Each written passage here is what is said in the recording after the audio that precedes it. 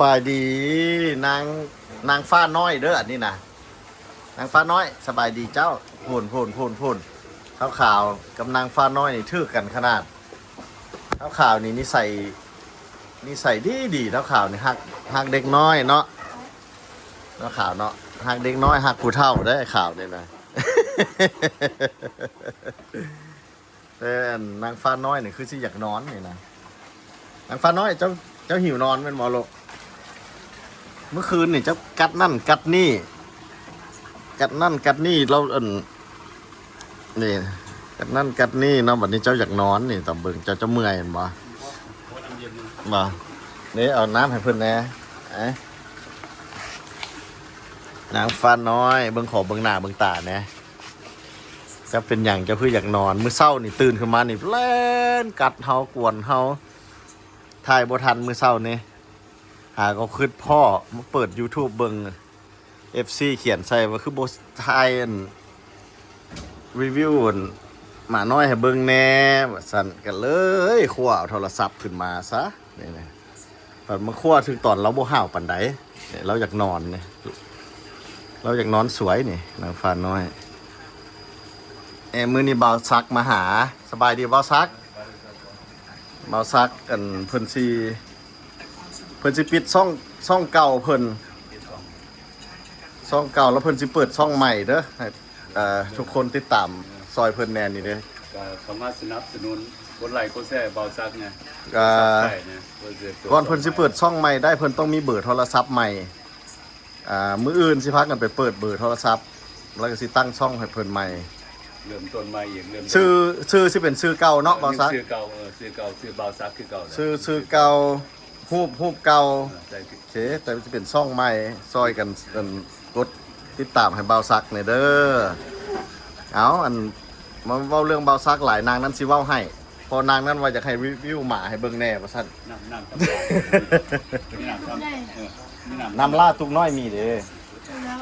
ฮะบอกไปเบิ่งมึงดูมึงมีสมองนี่เพิ่นบอกรีวิวหมาน้อยให้เบิ่งแน่เบิ่งกีตาร์ลงเบิ่งพอเสร็จกีตาร์ให้กีตาร์นางขี้ดื้อแล้วมักลงน้ำเห็นบ่โตเราเปียกหมานี่เพิ่นสิมักฮ้อนเพิ่นสิมักฮ้อนแล้วเพิ่นมักลงน้ำเองนี่เด้ตอนนี้นี่ก็ตอนสวยเนาะประมาณโมงนึงแล้วหมาเพิ่นสิบ่ห่าวปานใดอันมื้อเช้าหันอันเพิ่นห่าวดีตื่นมานี่ป๊าดติโธแล่นใส่เฮาบ่ได้เห็นเฮาหลายชั่วโมงเด้บ่ว่าแต่น้อยแหละทั้งน้อยทั้งใหญ่นี่แล่นกวนเฮาเช้าแต่ตอนนี้ตอนสวยนี่บ่ห่าวปานใดแล้วนี่พอเพิ่นอยากนอนเราอยากนอนลายเรางามเลยหนังชื่อแล้วมันชื่อนางฟ้าน้อยเด้อนี่นะนี่ชื่อนางฟ้าน้อย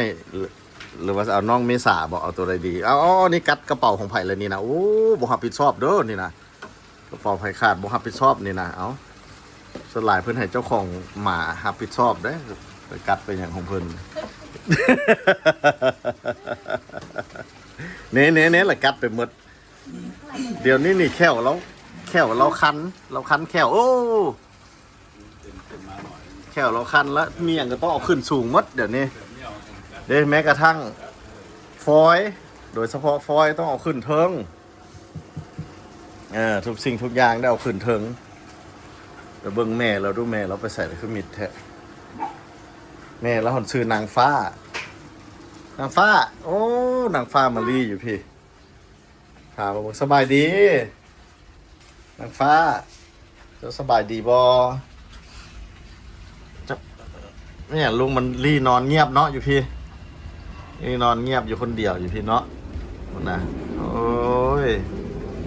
แต่มันกระเจ็ดตาเด้นางฟ้าจะมาอยู่นี่ดิมันบอกกระเจ็ดไอ้ก็บ่สนว่าแต่อยู่คนเดียวบ่มีคนกวนนะลูกเนาะบนโบเจ็ดตาพี่เราบูอยู่โบเจ็ดตาผ้าปูบอนนี่กับปูเท่าไหร่กับนางฟ้าน้อยนั่นกับมาดึงมึนโอ้นางฟ้าน้อย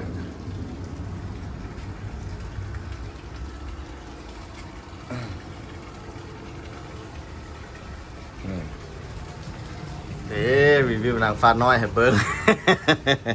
เห็นพ่อแล้วบ่อยากส่วนหมักต้องว่ะลูกเห็นพ่อละ เราเราอสอได้หนาเนี่ยเขานั่งอยู่ตั้งหันแล้วก็มาแห่นตีนเขาแห่นอย่างไรก็มานอนเต่งตีนเขานางฟ้าน้อยเลยนะเลี้ยงบึดเดี่ยวเนี่ยเบิ่งเด้อเกิดเดือน4วันที่15เดือน5เดือน6เดี๋ยวนี้เดือน6วันที่เท่าไหร่มื้อนี้น้องน้ำฝนวันที่21โอ้เราได้2 เดือน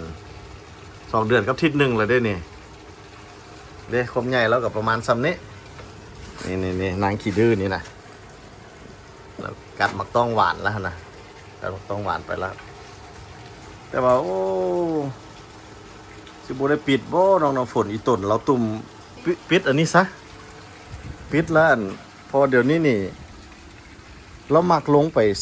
แช่น้ำแล้วโตเราเป็นตุ่มเบิ่งเฮาสิเปลี่ยนแผนซะอันน้ำนี่มันน้ำโซล่าเด้อบ่ได้เปิดน้ำทิ่มเสียเด้อน้ำนี่ได้ฟรีโอ้น้องน้ำฝนเจ้ามาเบิ่งดูหอยนี่ตายแล้วว่ะหอยแพงเราขึ้นมาอยู่เทิงพี่น้ำโซล่าเซลล์ได้ฟรีเนี่ยอยู่หั่นจับมาเบิ่งมึงยังเอาแล้วลงไปใส่ลุมพุ่นคืนแล้วเขาเปิดให้มันลงหนองนี่น้ำฟรีโอ้เราตายได้หั่นนางตกปากยังอายอยู่บ่โยนไปใส่คันไดหั่นตึกแต่เฮาสิปิดอันนี้เฮาสิปิดประตูนี่บ่ให้เราลงซะแล้วเรารอดนี้บัดนี้เราสิเอาไม้แป้นมาใส่ซอกไม้แป้นก่อนไม้แป้นอยู่นี่บ่มีเบิ่งพาไปซอกไม้แป้นก่อน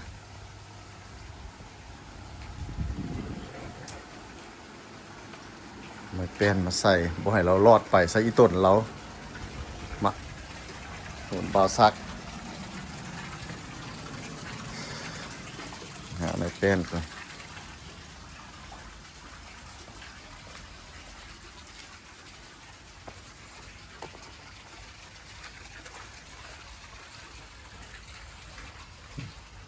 ใส่มัดไม้แป้นยามอยากได้โอ้อยู่พี่ไม้แป้นพี่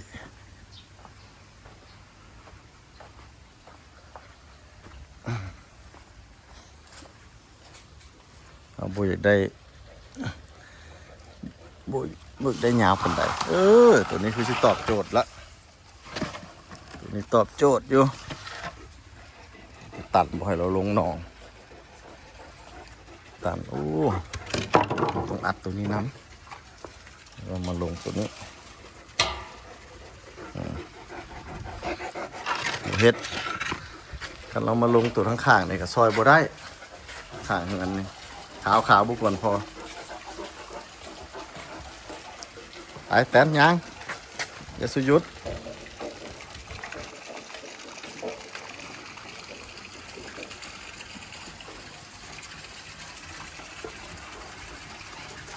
จะตัดบ่ให้เราลงหนอง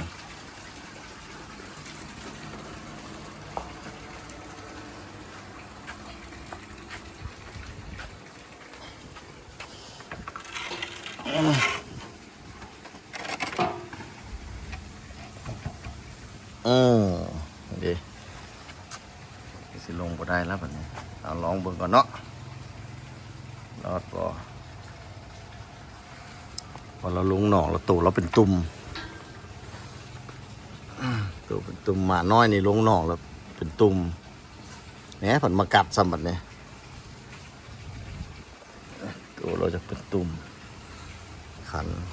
เล็กน้อยบุหูยังบ่ให้ลงหนองแบบนี้นะบ่ต้องลงหนองเด้อลูกเด้อแบบนี้เป็นตุ่มปัดหมาใหญ่แล้วบุเป็นหยังเป็นตะหมาน้อยนี้เป็นตุ่ม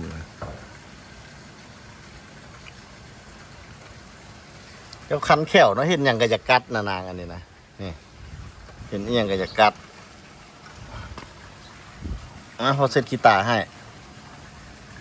ตีนใหญ่นะเห็นหยังก็จะกัดนี่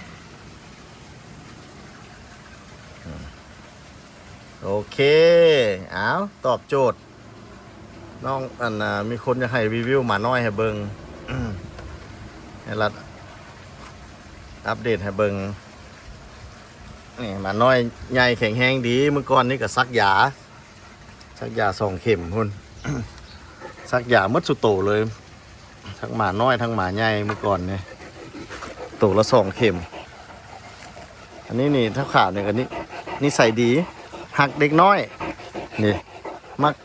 มักยอกเคลื่อนกำลังฟ้าน้อยเลยมักยอกกับผู้ดียอกกันเลย2 คนจุเจ้า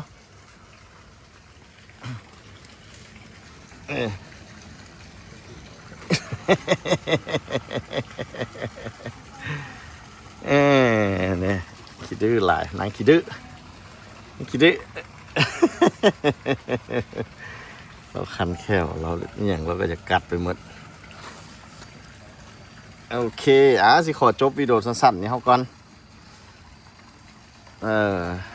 หลายมือเราสิมาอัปเดตให้เบิ่งอีกว่าการเจริญเติบโตของเราสิเป็นจังใดโอเคบาย